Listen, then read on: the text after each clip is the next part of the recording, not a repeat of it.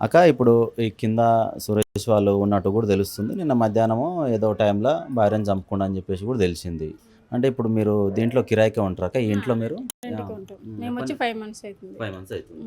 హ్మ్. అంటే వాళ్ళు కింద మెయిన్ ఎంట్రన్స్‌లో ఉన్న పోర్షనా వాళ్ళది గేట్ దగ్గర? కాదు గేట్ దగ్గర కాదు. ఇంకొక ముందుకున్న దగ్గర ఉంటారు.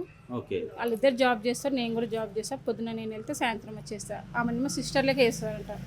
ప్రైవేట్‌గా ఆ హాస్పిటల్‌లో ప్రైవేట్ చేస్తదేమో. హాస్పిటల్‌లో చేస్తే ఇగ ఆయనైతే ఏం జాబ్ చేస్తాడో తెలియదు మాకు. ఓకే. తెలియదు. నేను సడన్‌గా డ్యూటీ పోయొచ్చే వరకి ఈ సంఘటన జరిగింది. అంటే హ్మ్. కొంతమందేమో నిన్న మధ్యాహ్నం జరిగిందన్నట్టుగా అంటున్నారు. కొంతమంది తెల్లవారుజామున అంటున్నారు. అంటే మీకెప్పుడు తెలిసిందక్క? అంటే ఈ అసలు బిల్డింగ్‌లో యాక్చువల్ ఉంటున్నారు కాబట్టి. ఏందంటే, మాది ఇక్కడ ఈ ఊరు కాదనమాట. మా అత్తయ్య కొంచెం సీరియస్ ఉందంటే గాంధీలో ఉన్నాడు. ఇప్పుడు మా ఓకే. అత్తయ్య ప్రెజెంట్ హ్మ్. గాంధీలో ఉంది. మా వారు కూడా గాంధీలో ఉన్నారు. అయితే మేమేందంటే హాస్పిటల్ నుంచి నేను మధ్యాహ్నం వచ్చా. ఎందుకంటే ఇప్పుడు 3:30కి వచ్చా. బాబుని తీసుకొని వస్తున్నా కదా! అవును. ఇప్పుడు అవును. తెలిసింది మాకు ఇట్లా అయిందనేసి. ఓకే. ఓకే. అట్లా.